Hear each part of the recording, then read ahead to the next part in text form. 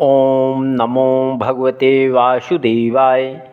अगली कथा सुखदेव जी का यह वर्णन करना कि कौन कौन खंड में किस किस अवतार की पूजा होती है। सुखदेव जी बोले कि हे परीक्षित, हमने 9 खंडों की कथा तुमसे वर्णन की। अब परमेश्वर के अवतारों का हाल और जिस जिस खंड में जो जो अवतार नारायण जी ने लिए थे और वहाँ के सब लोग उस अवतार पर अधिक प्रीति रखकर उनकी पूजा करते हैं। सुनो। भद्रास्तु खंड में वृंदास्वाह नामक राजा था। वह परमेश्वर ने हयग्रीव अवतार धारण किया, सो उस खंड में राजा व प्रजा उसी रूप की पूजा व उन्हीं का मंत्र पढ़कर स्तुति करते हैं। नरहरि खंड में नृसिंह अवतार नारायण जी ने लिया था। वहाँ नरहरि वर्ष नाम का राजा अपनी प्रजा समेत उसी रूप की पूजा करता है और उसके पुजारी प्रहलाद भक्त ने मंत्र सहित स्तुति करके नृसिंह जी से यह वरदान मांगा कि महाराज, आप अपने जीवों को जिस योनि में चाहें जन्म देकर उस पर ऐसी कृपा रखे कि जिससे उनको उसी तनु में तुम्हारे चरणों का ध्यान बना रहे। यह बात सुनकर नृसिंह जी बोले कि हे प्रहलाद, तुम अपने वास्ते जो चाहो सो मांग लो, पर संसारी जीवों की वास्ते जो माया मोह में फंसे हैं ऐसा वरदान मांगो। तब प्रहलाद फिर हाथ जोड़कर बोले, महाराज, संसार में जो लोग कुकर्म करते हैं उनका धर्म अपनी दया से छुड़ा दो। अपने चरणों की भक्ति उन्हें देकर वैकुंठ में बुला लो। यह वचन सुनकर नृसिंह जी ने कहा, हे प्रहलाद, सब जीवों को वैकुंठ की चाहना नहीं होती। जिसे संगति प्यारा होता है उसे ज्ञान मिलता है। कलयुग में मनुष्य को सत्संग अच्छा नहीं लगता, वे संसारी माया में फंसे रहते हैं। जो परमेश्वर की भक्ति करता है उनके पास सब गुण अपने आप इस तरह चले आते हैं जैसे नीची पृथ्वी पर पानी बहकर बटुर जाता है। यह बात सुनकर प्रहलाद ने कहा, महाराज, संसार में कोई ऐसा भी मूर्ख होगा जिसे वैकुंठ जाने की इच्छा ना होगी। आप अपना वैकुंठ किसी को दिया नहीं चाहते, लालच करते हैं। मुझे इस बात में लज्जा मालूम होती है कि संसारी लोग ऐसा कहेंगे कि प्रहलाद के स्वामी लालची हैं। यह वचन सुनते ही नृसिंह जी हंसकर बोले, हे प्रहलाद, तुम जगत में जाकर जिसे अति दुखी पाओ उससे वैकुंठ चलने के लिए कहो। देखो वह क्या कहता है। जब उसकी यज्ञानुसार प्रहलाद नगर में आकर किसी दुखी जीव को ढूंढने लगा, तब उसे एक सूकर अति रोगी चलने में फंसा देखा पड़ा। उसे महादुखी देखकर प्रहलाद ने कहा, तू यहाँ रहकर क्यों इतना दुख उठाता है? वैकुंठ चल, वहाँ तुझे बड़ा सुख मिलेगा। नृसिंह जी की आज्ञा से तुझे बुलाने आया हूँ। यह बात सुनकर सूकर ने पूछा कि वैकुंठ में क्या सुख है? जब प्रहलाद ने वैकुंठ का सुख वर्णन किया तब वह सूकर बोला कि मैं अकेला वहाँ नहीं चल सकता, कुटुंब समेत कहो तो चलूँ। तुम नृसिंह जी से पूछाओ। यह वचन सुनते ही प्रहलाद ने जाकर नृसिंह जी से पूछा। वे बोले, बहुत अच्छा, सबको ले आओ।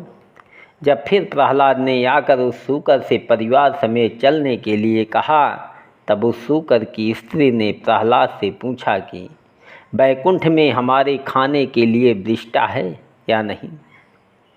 प्रहलाद ने कहा कि वहाँ नरक नहीं है और सब अच्छे अच्छे पदार्थ भोजन करने के हैं। तब सूकर वहाँ सूकरी आपस में सम्मत करके बोले कि हमें यहाँ बड़ा सुख है, हम लोग वैकुंठ में ना जाएंगे। यह बात सुनकर प्रहलाद ने कहा कि तुम बड़े मूर्ख हो जो वैकुंठ को नहीं चलते।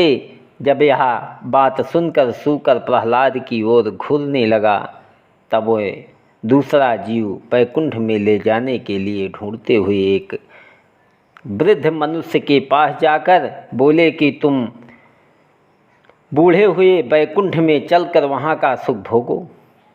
यह बात सुनकर वह बोला कि अभी मुझे संसार में जीकर अपने बेटों का मुंडन व विवाह करके नाती पोते देखने हैं। तुम्हारे कहने से अभी मर जाबे, तुम यहाँ से चले जाओ। हमारे बेटों के सामने ऐसा वचन कहते हो और तुम्हें दंड देते। जब प्रहलाद ने उस बूढ़े की बात सुनकर हार मान ली, तब नृसिंह जी के पास जाकर विनय किया कि महाराज, संसार में सब छोटे बड़े अपने अज्ञान से माया मोह में के जाल में फंसे हैं, इसलिए कोई मनुष्य बैकुंठ जाने की इच्छा नहीं करता। यह वचन सुनकर नृसिंह जी बोले, हे प्रहलाद, जगत में जिस जीव ने जो तनु पाया वह उसी योनि में मग्न रहता है। उसकी इच्छा किसी तरह पूरी नहीं होती। आँख कान आदि सब इंद्रियाँ शिथिल हो जाती हैं, पर उनका मन संसार को छोड़ना नहीं चाहता। यह बात सुनकर प्रहलाद ने नृसिंह जी को दंडवत करके विनय किया, महाराज, यह सब आपकी माया है। जिसको आप दया करके ज्ञान देते हैं वह बैकुंठ जाने की इच्छा करता है। आपको सबको ज्ञान प्राप्त होना बहुत कठिन है। केतुमाल खंड में कामदेव भगवान ने अवतार लिया था। वहाँ लक्ष्मी जी प्रजा समेत मंत्र पढ़कर उनकी स्तुति व पूजा करती हैं। रमण खंड में परमेश्वर ने मत्स्य अवतार धारण किया था। वहाँ रमणक नाम का राजा अपनी प्रजा समेत मत्स्य रूप की पूजा करता है। हिरण्यखंड में नारायण जी ने कश्यप अवतार लिया था। वहाँ हिरण्य नाम का राजा अपनी प्रजा समेत उसी रूप की पूजा व स्तुति पढ़कर करता है। कुरुखंड में भगवान ने वाराह अवतार धारण किया था। वहाँ कुरु नाम का राजा अपनी प्रजा समेत उसी रूप की पूजा मंत्र पढ़कर करता है। और पृथ्वी उस रूप की स्तुति करके कहती है कि आप हिरण्याक्ष दैत्य को मारकर मुझे रसातल लोक से ले आए। सुखदेव जी का राजा परीक्षित से शेष खंडों का हाल कहना। सुखदेव जी बोले, हे राजा, किम पुरुष खंड में रामचंद्र जी विराजते हैं और हनुमान जी मंत्र से उनकी पूजा व स्तुति करके कहते हैं कि महाराज, आपने केवल संसारी जीवों को शुभ कर्म दिखलाने और कृतार्थ करने के लिए नरतनु धारण किया था। रावण आदि को मारने के लिए अवतार नहीं लिया था। आप चाहते तो अपनी इच्छा से राक्षसों का वध कर देते।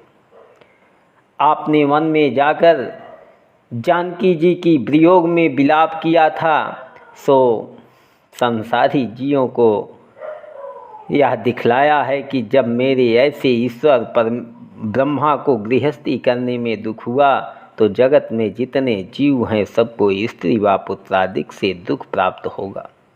आपने नरतनु इस वास्तु धारण किया कि आपकी शरण में आने वाला ऐसा सुंदर रूप छोड़कर दूसरे को क्यों भजेगा। परमेश्वर ने भरतखंड में यह विचार कर नारायण का अवतार लिया कि इस खंड में मनुष्य कलयुग में तप व जप नहीं कर सकेंगे, इसलिए मैं तपस्वी रूप होकर बदरिकाश्रम में बैठा रहूं। जो कोई मेरा दर्शन करेगा उसको तप का फल देकर पवित्र करके मुक्ति पद भी दूंगा।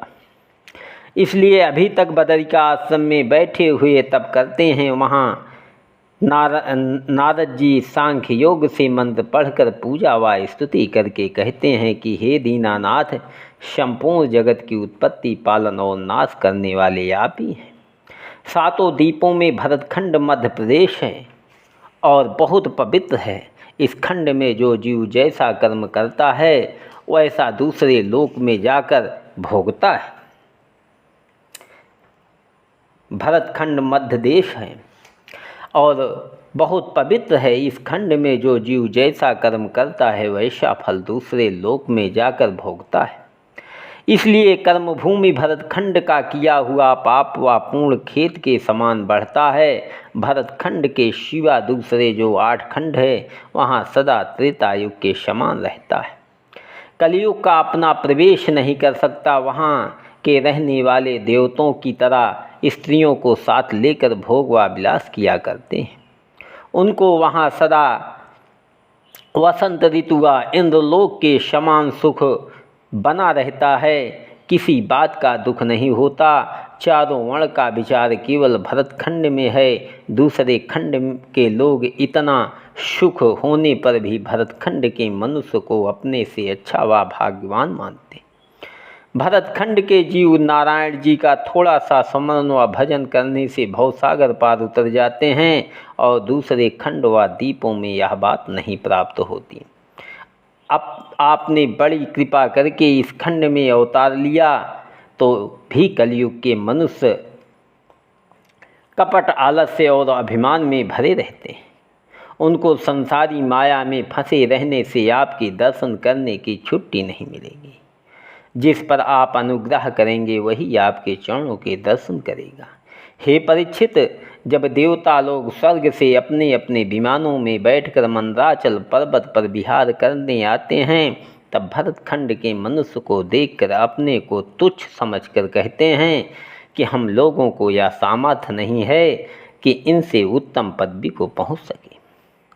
भरत खंड के जीव शुभ कर्म करके जितनी बड़ी पदवी को चाहें पहुँच जावें। सो हे राजा, जिसने भरत खंड में मनुष्य तनु पाकर अपना जन्म संसारी माया मोह में खोया और हरि भजन से विमुख रहा, उनका जन्म अकात हुआ।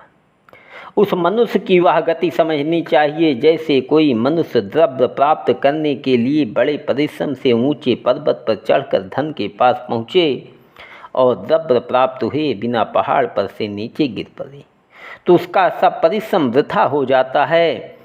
पछताने के सिवा और कुछ हाथ नहीं लगता। इसलिए उचित है कि जो जीव भरत खंड में मनुष्य का तनु पावे वह हरि भजन करके भवसागर पार उतर जावे। जो अपने अज्ञान से ऐसा नहीं करता वह पीछे बहुत दुख पाता है। इस भरत खंड में चित्रकूट और गोवर्धन आदि पर्वतों से तथा कौशिकी और सरस्वती आदि अनेक नदियाँ ऐसी हैं कि जिनका नाम लेने, दर्शन करने और नहाने से मनुष्य का सब पाप छूटकर उसकी काया शुद्ध हो जाती है। इस कारण देवता लोग कहते हैं कि भरत खंड के जीव ने पिछले जन्म के पुण्य से यहाँ जन्म पाया।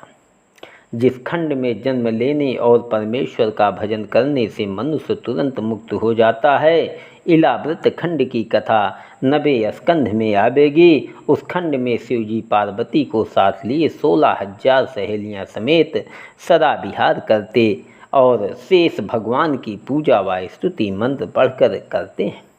नाभिखंड भरत खंड में मिला है। सुखदेव जी का विस्तार पूर्वक 7 द्वीपों की कथा राजा परीक्षित से कहना। ओम नमो भगवते वासुदेवाय।